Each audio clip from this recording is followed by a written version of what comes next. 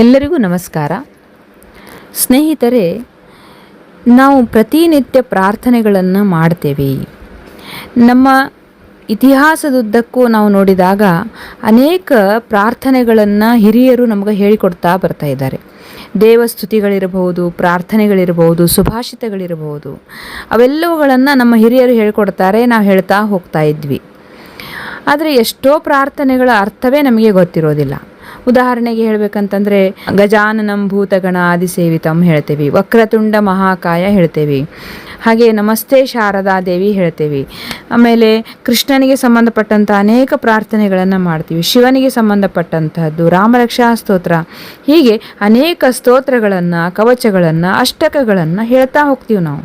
ಆದರೆ ಅವುಗಳ ಅರ್ಥವನ್ನು ತಿಳಿದುಕೊಳ್ಳುವಂಥ ಪ್ರಯತ್ನವನ್ನು ನಾವೆಂದೂ ಕೂಡ ಮಾಡೋದಿಲ್ಲ. ಯಾಕಂತಂದರೆ ಅವು ದೇವರ ಪ್ರಾರ್ಥನೆಗಳು, ದೇವರ ಮುಂದೆ ನಿಂತು ಹೇಳ್ತಕ್ಕಂಥವುಗಳು, ಅವುಗಳನ್ನು ಹೇಳಿದರೆ ಆಯಿತು ಅನ್ನುವಂಥದ್ದು.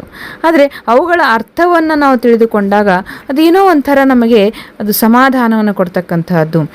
ಈ ರೀತಿಯಾಗಿದೆ ಇದರ ಅರ್ಥ ಅನ್ನುವಂಥ ಒಂದು ಆಶ್ಚರ್ಯವನ್ನು ಉಂಟು ಮಾಡ್ತಕ್ಕಂಥದ್ದು. ಹಾಗಾದರೆ ಮಿತ್ರರೇ, ಇವತ್ತು ನಾವು ಒಂದು ಪ್ರಾರ್ಥನೆಯನ್ನು ಅರ್ಥದ ಮೂಲಕ ತಿಳಿದುಕೊಳ್ಳೋಣ. ಅದನ್ನು ನಾವು ಪ್ರತಿನಿತ್ಯ ಹೇಳ್ತೇವೆ, ನಮ್ಮ ಮಕ್ಕಳು ಹೇಳ್ತಾರೆ, ಶಾಲೆಗಳಲ್ಲಿ ಹೇಳಿಸ್ತಾರೆ. ಹಾಗಾದರೆ ಅದು ಯಾವುದು ಅಂತಂದರೆ ಸರಸ್ವತಿ ಮಾತೆಯನ್ನು ವಂದಿಸ್ತಕ್ಕಂಥದ್ದು. ನಮ್ಮ ವಿದ್ಯೆಯನ್ನು ಪ್ರಾರಂಭಿಸುವುದಕ್ಕಿಂತ ಪೂರ್ವದಲ್ಲಿ ಮಾತೆ ಶಾರದಾ ದೇವಿಯನ್ನು ವಂದಿಸಬೇಕು ಅನ್ನುವಂತಹ ಒಂದು ಸಂಸ್ಕಾರವನ್ನು ನಮ್ಮ ಹಿರಿಯರು ನಮಗೆ ಹಾಕಿಕೊಡ್ತಾ ಇದ್ದಾರೆ. ನಾವು ಕೂಡ ನಮ್ಮ ಮಕ್ಕಳಿಗೆ ಹಾಕಿಕೊಡ್ತಾ ಬರ್ತಾ ಇದ್ದೇವೆ. ಅದು ಯಾವುದು ಅಂತಂದರೆ ಸರಸ್ವತಿ ನಮಸ್ತುಭ್ಯಂ ವರದೆ ಕಾಮರೂಪಿಣಿ ವಿದ್ಯಾರಂಭಂ ಕರಿಷ್ಯಾಮಿ ಸಿದ್ಧಿರ್ಭವತು ಮೇ ಸದಾ. ನೋಡ್ರಿ, ಈ ಒಂದು ಪ್ರಾರ್ಥನೆಯನ್ನು ಪ್ರತಿಯೊಂದು ಶಾಲೆಗಳಲ್ಲಿ, ಹಲವಾರು ಶಾಲೆಗಳಲ್ಲಿ ಈ ಪ್ರಾರ್ಥನೆಯನ್ನು ನಿತ್ಯ ಹೇಳಿಸ್ತಾರೆ. ಜೊತೆಗೆ ಮನೆಯಲ್ಲಿಯೂ ಕೂಡ ಸಣ್ಣ ಪುಟ್ಟ ಮಕ್ಕಳಿಗೆ ಅವು ಇನ್ನೂ ಕೂಡ ಶಾಲೆಗೆ ಹೋಗುತ್ತಾ ಇರೋದಿಲ್ಲ. ಅಂಥ ಸಂದರ್ಭದಲ್ಲಿ ಇಂತಹ ಅನೇಕ ಸುಭಾಷಿತಗಳನ್ನು, ಪ್ರಾರ್ಥನೆಗಳನ್ನು ಮಕ್ಕಳಿಗೆ ಹೇಳಿಸ್ತಾ ಇರ್ತಾರೆ. ಹಾಗಾದರೆ ಇದರ ಅರ್ಥ ಏನು ಅಂತಂದರೆ, ಎಷ್ಟು ಸುಂದರವಾದ ಅರ್ಥ ಇದೆ ಇದರಲ್ಲಿ ಅಂತಂದರೆ, ಆ ಶಬ್ದಗಳನ್ನು ನಾವು ತಿಳಿದುಕೊಳ್ಳುವಂಥ ಪ್ರಯತ್ನವನ್ನು ಮಾಡೋಣ ಮಿತ್ರರೇ. ಸರಸ್ವತಿ ನಮಸ್ತುಭ್ಯಂ, ಸರಸ್ವತಿ ಮಾತೆಯೇ, ವಿದ್ಯಾದೇವತೆಯಾಗಿರ್ತಕ್ಕಂತಹ ಸರಸ್ವತಿ ಮಾತೆಯೇ ನಮಸ್ತುಭ್ಯಂ. ಇಲ್ಲಿ ಎರಡು ಶಬ್ದಗಳಿದ್ದಾವೆ, ನಮಃ ತುಭ್ಯಂ. ತುಭ್ಯಂ ಅಂತಂದರೆ ನಿನಗೆ, ಯಾರಿಗೆ? ಸರಸ್ವತಿ ಮಾತೆಗೆ. ನಮಃ ಅಂತಂದರೆ ನಮಸ್ಕಾರಗಳು. ಸರಸ್ವತಿ ಮಾತೆಯೇ ನಿನಗೆ ನಮಸ್ಕಾರಗಳು. ವರದೆ ಕಾಮರೂಪಿಣಿ, ಹೇಗಿದ್ದಾಳೆ ಸರಸ್ವತಿ ಮಾತೆ ಅಂತಂದರೆ ವರದೆ ಕಾಮರೂಪಿಣಿ.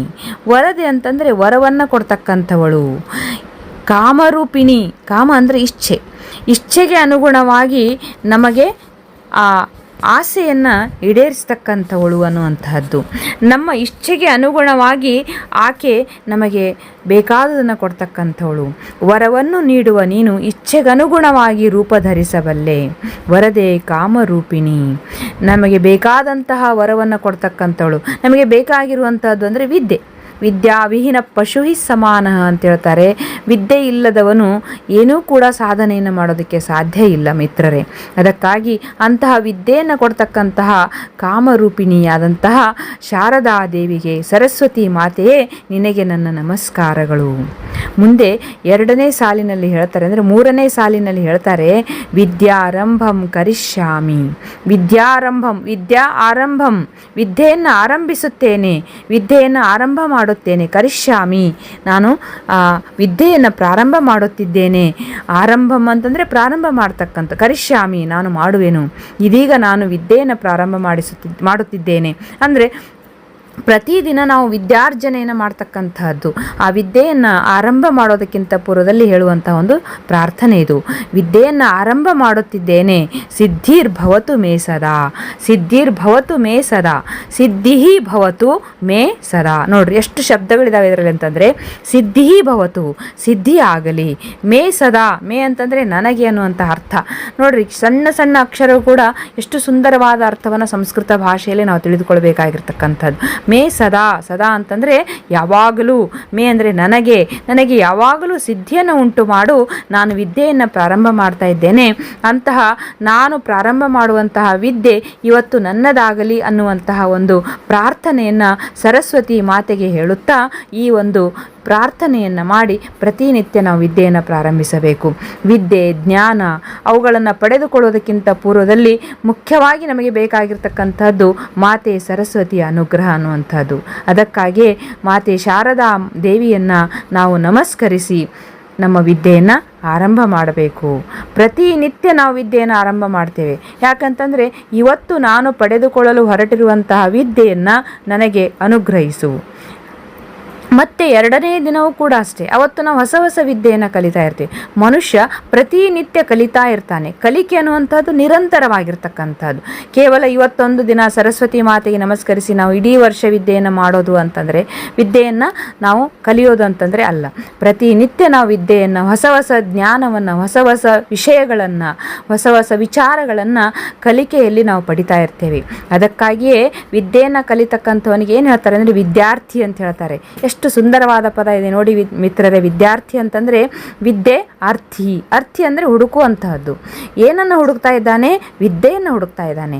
ಯಾವನು ವಿದ್ಯೆಯನ್ನು ಹುಡುಕುತ್ತಿದ್ದಾನೋ ಅವನಿಗೆ ನಾವು ವಿದ್ಯಾರ್ಥಿ ಅಂತ ಹೇಳ್ತೀವಿ. ಜ್ಞಾನವನ್ನು ಹುಡುಕ್ತಕ್ಕಂಥವನು ಜ್ಞಾನಾರ್ಥಿ ಅಂತ ಹೇಳ್ತಾರೆ. ಅದಕ್ಕಾಗಿ ವಿದ್ಯಾರ್ಥಿ, ಜ್ಞಾನಾರ್ಥಿ, ಧನಾರ್ಥಿ ಅಂತ ನಾವು ಹೇಳ್ತೇವೆ. ಯಾರು ವಿದ್ಯೆಯನ್ನು ಅರಸುತ್ತಾ ಹೋಗುತ್ತಿದ್ದಾರೋ ಅವನು ವಿದ್ಯಾರ್ಥಿಯಾದವನು. ಅಂತಹ ವಿದ್ಯಾರ್ಥಿಯಾದವನು ಪ್ರತಿನಿತ್ಯ ಈ ಪ್ರಾರ್ಥನೆಯನ್ನು ಮಾಡಿ ನಾವು ನಮ್ಮ ವಿದ್ಯೆಯನ್ನು ಪಡೆದುಕೊಳ್ಳುವಂಥ ಪ್ರಯತ್ನವನ್ನು ಮಾಡೋಣ ಮಿತ್ರರೇ.